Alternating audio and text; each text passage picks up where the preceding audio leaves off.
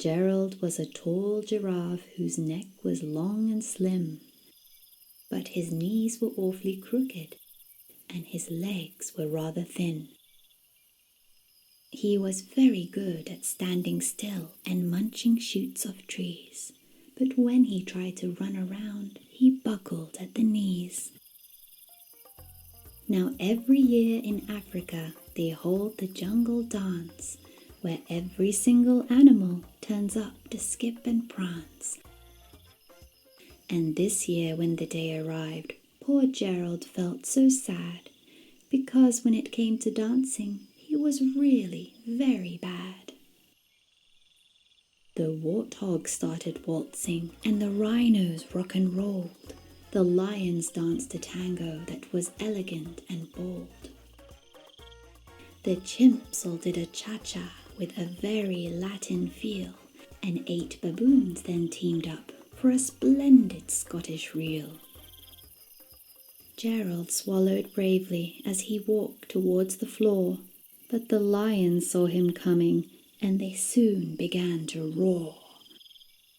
"Hey, look at clumsy Gerald," the animals all sneered. "Giraffes can't dance, you silly fool. Oh, Gerald, you're so weird." Gerald simply froze up. He was rooted to the spot. "They're right," he thought. "I'm useless. Oh, I feel like such a clot." So he crept off from the dance floor and he started walking home. He'd never felt so sad before, so sad and so alone. Then he found a little clearing and he looked up at the sky. "The moon can be so beautiful," he whispered with a sigh.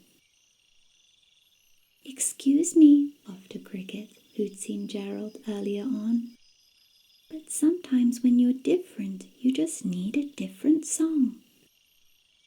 Listen to the swaying grass and listen to the trees. To me the sweetest music is those branches in the breeze. So imagine that the lovely moon is playing just for you. Everything makes music if you really want it to." With that, the cricket smiled and picked up his violin. Then Gerald felt his body do the most amazing thing. His hooves had started shuffling, making circles on the ground. His neck was gently swaying and his tail was swishing around. He threw his legs out sideways and he swung them everywhere.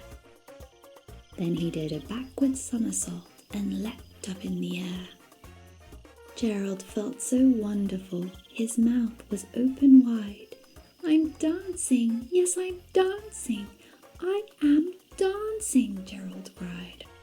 Then one by one, each animal who'd been there at the dance arrived while Gerald boogied on and watched him quite entranced.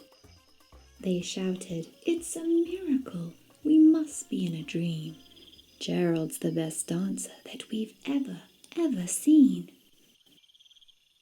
"How did you learn to dance like that? Please, Gerald, tell us how." But Gerald simply twirled around and finished with a bow. Then he raised his head and looked up at the moon and stars above. "We all can dance," he said, "when we find music that we love."